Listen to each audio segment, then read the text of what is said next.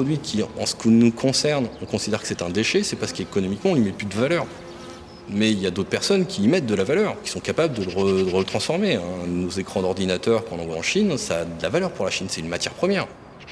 Le principe déchet matière première, ça dépend comment on le regarde, économiquement comment on le regarde.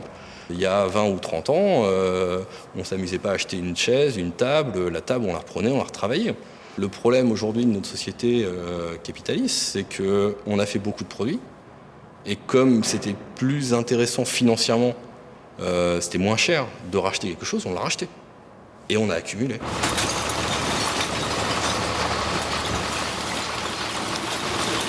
Donc maintenant, effectivement, qu'on en est arrivé à ce niveau-là, eh ben, il faut vraiment qu'on se pose la question du recyclage. C'est tout ce qu'on produit, il faut qu'on le recycle, il faut que ça revienne dans la boucle. Et c'est vraiment le principe berceau tout berceau, c'est vous prenez quelque chose, vous en faites un produit. Ce produit soit est valorisé techniquement dans une seconde vie sous le même produit ou une partie du même produit ou un autre produit, ou sinon il va être remis dans la nature. C'est-à-dire qu'effectivement, sur Terre, il n'y a rien qui disparaît. C'est une grande loi dans la chimie, c'est rien ne se perd, tout se transforme.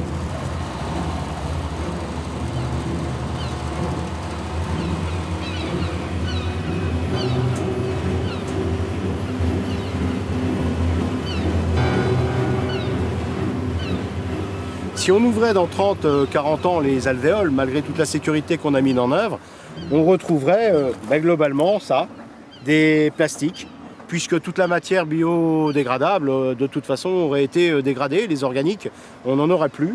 Alors ensuite, que faire? Que faire sur le court terme? C'est peut-être essayer de trouver une valorisation pour ces plastiques. Et puis sur le long terme, c'est peut-être trouver d'autres méthodes d'emballage pour que ces plastiques-là deviennent d'autres types de plastiques. On parle beaucoup de bioplastique à l'heure actuelle. C'est peut-être pas une idée farfelue, d'autant que plutôt que de les mettre dans une alvéole, on pourrait peut-être les composter, ou pourquoi pas refabriquer d'autres choses avec ces dits plastiques. Ça, c'est des choses qui sont dans la logique de l'évolution environnementale des choses. Le bioplastique, c'est du végétal qui a des propriétés plastiques. Donc on a toujours été entouré de végétal, donc on a toujours eu des propriétés plastiques par ces végétaux. La première Ford développée par Henry Ford a été faite en bioplastique. Par exemple, on utilisait de la paille, on utilisait du soja, de l'huile de soja pour faire la carrosserie. La carrosserie de la voiture était faite comme ça. Mais on rajoutait des solvants qui permettaient d'améliorer ses propriétés. Aujourd'hui, les bioplastiques ouvrent une nouvelle page puisqu'on a plus ces produits organiques, polluants, dangereux qui interviennent dans la composition. Maintenant, on a techniquement, je dirais, on a quelque chose de bio, d'écologique. Toute notre chimie qui est basée sur le pétrole, finalement, c'est basé sur du carbone qui aujourd'hui a une empreinte pétrole, l'empreinte noire, quoi, quelque part. Et on peut passer sur de la chimie végétale, du carbone vert.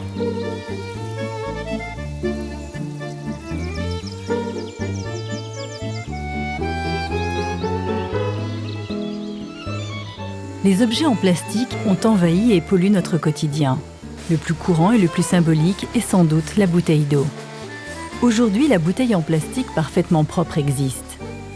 Les sociétés Végétal et Mineral Water et Brita l'ont lancée sur le marché il y a quelques mois. C'est tout simplement le premier contenant en bioplastique réunissant toutes les caractéristiques idéales. Issue de ressources renouvelables sans OGM, cette bouteille est 100% recyclable, biodégradable et compostable. Elle est donc totalement neutre pour l'homme et son environnement. Je pense que l'on va vers un développement considérable de ces matières, de nouvelles matières, nouveaux matériaux issus du vivant, parce que les conditions sont réunies. C'est d'une part la rareté du pétrole annoncée, d'autre part le pétrole ne s'extrait pas n'importe où, donc effectivement on a un problème de lieux de raffinage, de lieux, on le voit avec les catastrophes en plus, lorsqu'on l'extrait en haute mer, on a deux catastrophes récentes, celle du golfe du Mexique et puis récemment en Écosse, où on voit bien que tous les sites peuvent être touchés demain par des pollutions notoires liées à cette extraction. Donc on va aller naturellement, parce qu'encore une fois, les conditions sont réunies, et parce qu'également le consommateur est de plus en plus informé sur la toxicité pour lui-même et pour l'environnement, son environnement, de ces matières.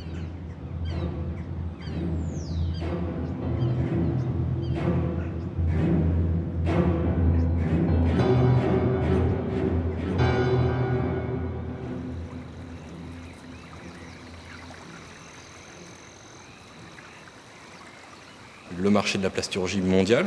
En 2010, c'est 270 millions de tonnes. On estime que les bioplastiques, grosso modo, on est autour de 1 million de capacité de production. Donc on est à 1 contre 270. Et si on prend sur ces 270 millions de tonnes, il y a 75% qui représentent les plastiques courants, ce qui fait 202 millions de tonnes. Ces 202 millions de tonnes, techniquement aujourd'hui, sont déjà remplaçables par des bioplastiques.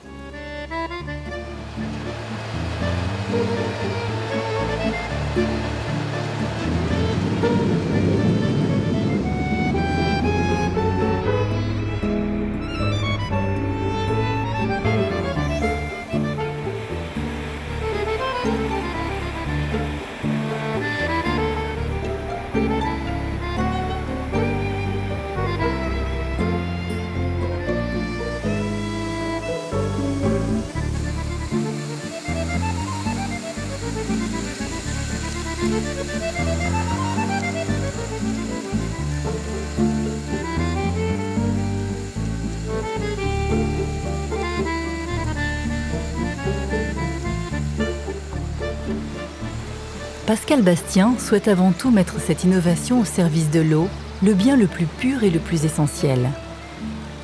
Cette technologie de pointe ne semble pas encore intéresser les gros minéraliers qui détiennent la quasi-totalité du marché. Nestlé, Danone ou le groupe Castel commercialisent en nombre leurs bouteilles d'eau à travers le monde, avant tout guidés par la soif de leurs actionnaires. Les conséquences sur notre environnement ne semblent pas à ce jour faire partie de leurs priorités. En France, c'est pourtant plus de 10 milliards de bouteilles d'eau en plastique qui sont vendues chaque année. D'autres, au contraire, voient dans cette bouteille révolutionnaire une avancée écologique évidente et une opportunité de faire revivre un patrimoine hydrogéologique local jugé trop peu rentable par les multinationales. La station thermale et climatique de Bussan est l'un des plus beaux centres de tourisme des Hauts-de-Vosges.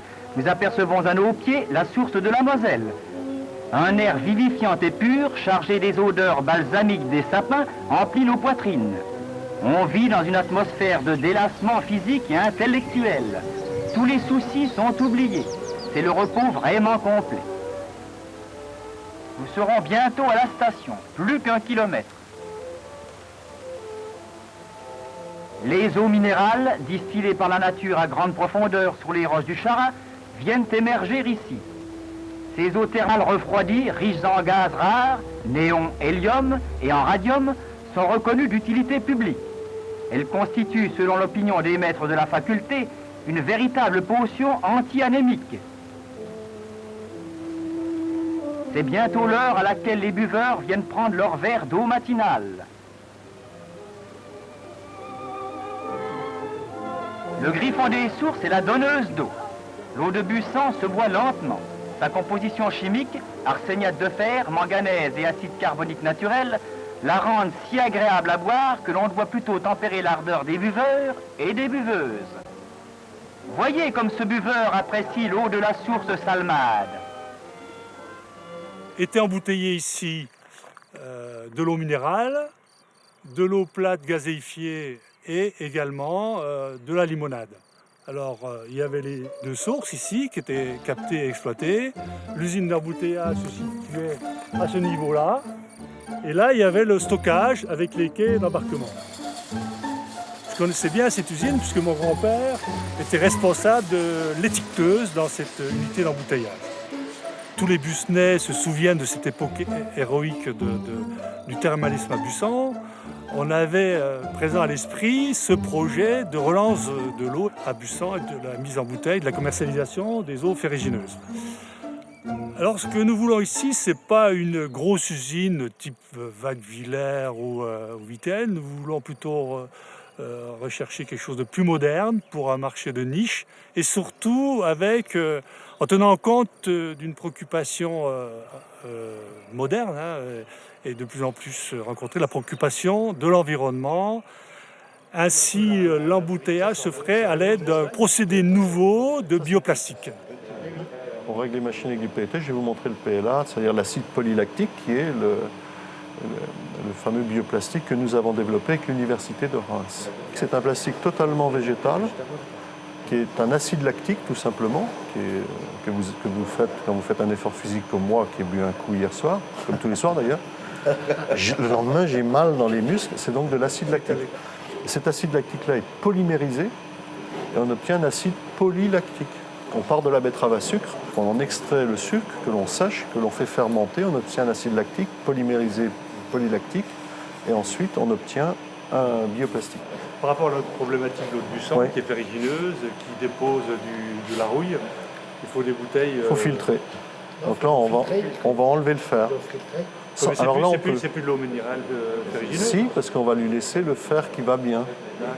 On ne va pas lui laisser le goût. Le problème du fer, l'excès de fer n'est pas dangereux pour la santé. On n'a jamais réussi à le démontrer, donc c'est pas dangereux. Sauf ça sent mauvais et c'est pas beau.